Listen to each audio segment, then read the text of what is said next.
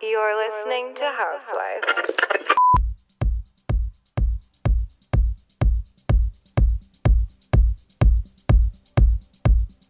Welcome back to Wonderful Radio. It is Silly Girl Carmen. I want to thank you for tuning into episode 43. This week we welcome Housewife, blessing us with our house mix. I had the chance to speak with Housewife from her home base of Colorado to talk more about her style and career advice. I hope you enjoyed this interview and stay locked in for some good tunes. Only here on Wonderful Radio.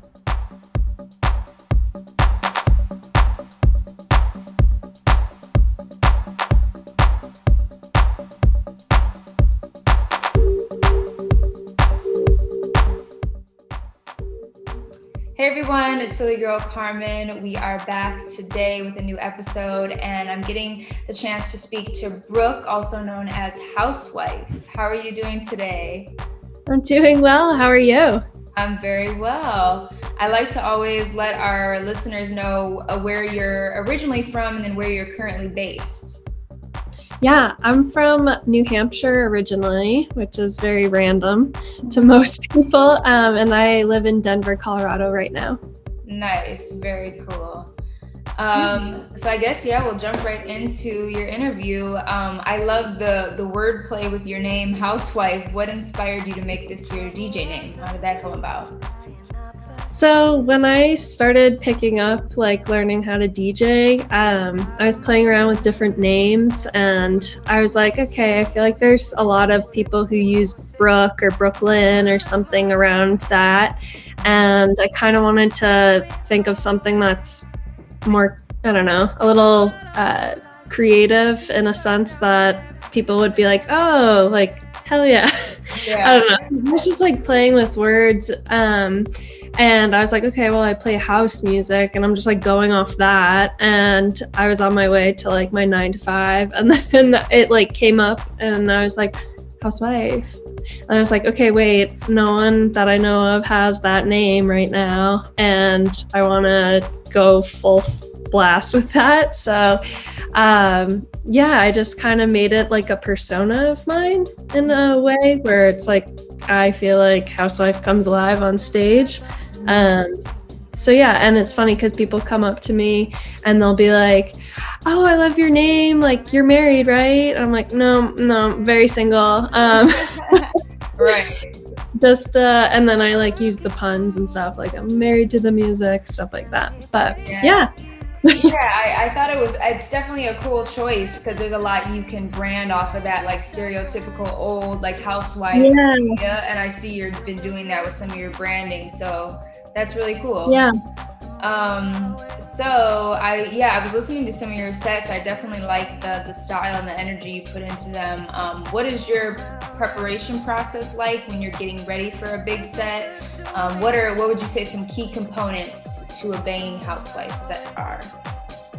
So to prep, I usually listen to a bunch of new music that I don't already have downloaded and try and get a sense of what vibe I'm going for. And depending on the venue or party that I'm playing at, I want to have it reflect that setting. So I'm okay, getting a read on all that. And I like to bring some nostalgia with some groovy hints to it. So when people can kind of sing along, or it's some remix of something with a fast, fun beat, I love that because a lot of people who don't know me yet, I don't have my music out right now. So it's if they can kind of interact with me in a way that they're oh, I know the song, and then they get hyped, then that's kind of how I lure them in to my set.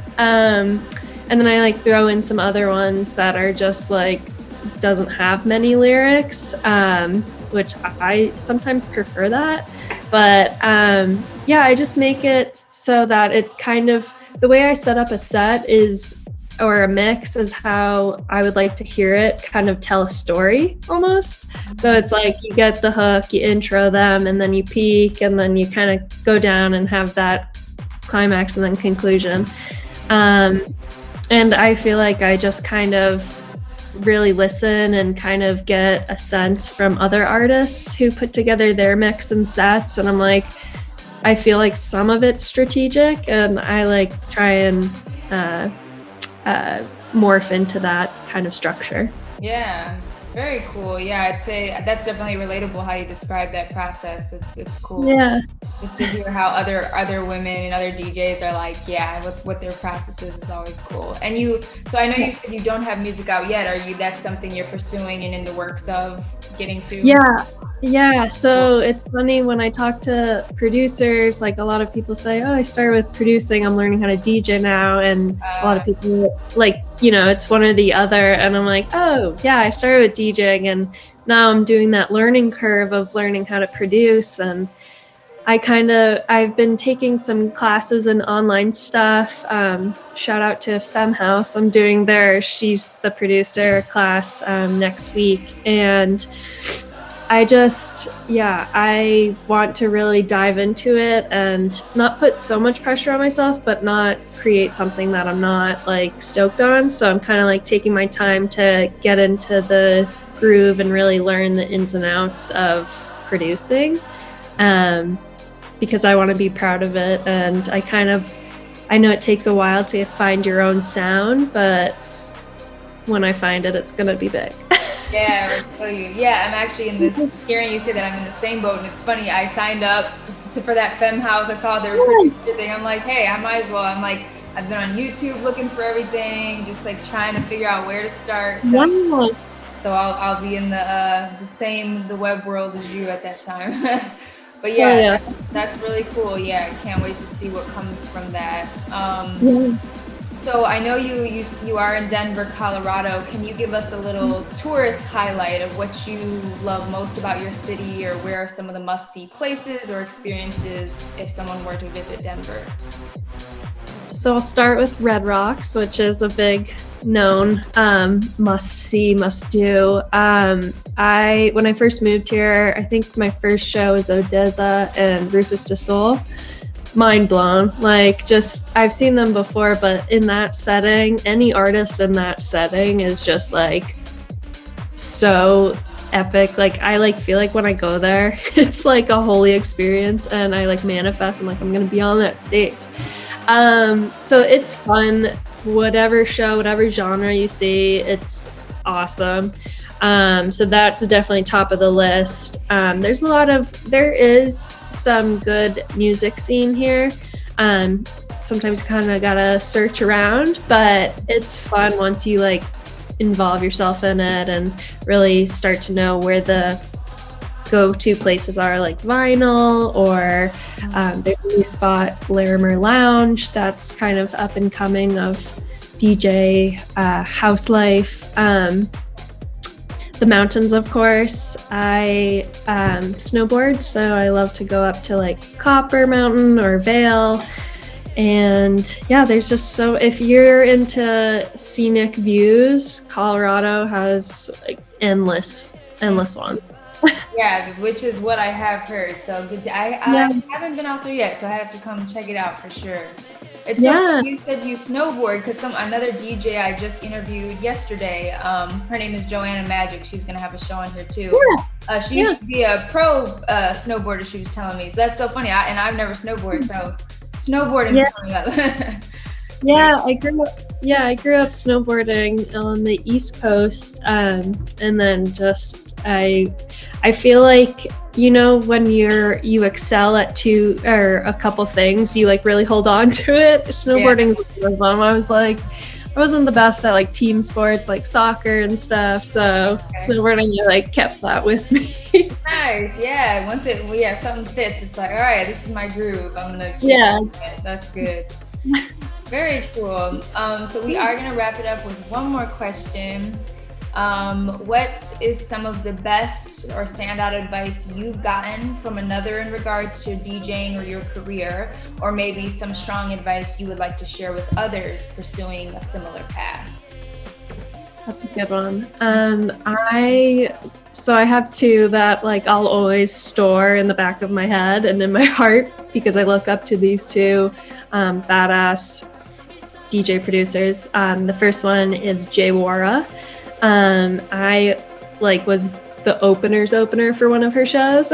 And anyway, I met her and I like was just like, you know, being like, you're so dope at what you do. And kind of like asking her for advice to pass along. And she goes, if I can do it, anyone can do this. And I was like, noted. Okay. Right. Simple enough. It was just simple like that because I love her style, her approach to everything. And for her to say that, I was like, okay, like giving me confidence. And then the second one is LPGOB. She was doing a Q&A and I asked her like, because I feel like when artists are, you know, always releasing music and being like, I'm playing the show, like as an artist yourself, like how do you not get caught up in like, not so much competition, but like being like, all right, like when's it gonna be like me kind of thing? So I kind of framed the question of like, how do you not get so like wrapped up in like kind of, I don't know, like a rushed process. And she said that, well, if you were wearing a bracelet on both arms, you wouldn't get jealous of one bracelet because it was like a nicer bracelet. Like it was some sort of metaphor that I was just like, that's so true. Like you get excited for people that are alongside of you on this journey of music. It's not, you know, it's gonna happen for you. It's a matter of time, and you shouldn't rush a certain like music creative process because everyone is like on a different timeline, and maybe they're like, you know, coming out with all different music and festival lineups and stuff like that. But to kind of just stay in your lane and cheer for them, but also do your stuff, is kind of like the broader sense of what she said. But just, yeah, those two, like just to take a little bit of information and wisdom from two women that I like look up to. So very I'll cool. with that. Yeah. Yeah, no, that's definitely good advice. And I think even for myself when I was younger, it's easy to feel like in a rush. You're looking at everybody who's a step ahead of you already, and that's, you could endlessly compare to that stuff. But it's like now, it's like, yeah, there's always a new now, a new moment. So it's like everybody's gonna have, you know, there's a pocket for everything. It's like it always goes on, you know. So Exactly. yeah, good. Yeah, it's cool that you got to, like you said, get some exact words from women that you looked up to. And well, I thank you so much for coming on here. And, thank you for having me. Yeah, we look forward to, I'm excited for everyone to hear your mix, and we look forward to what's next for you in your career and hearing your music and all that. So thank you so much. Likewise. Yes. Awesome. Thank you. All right, have a blessed one. You too.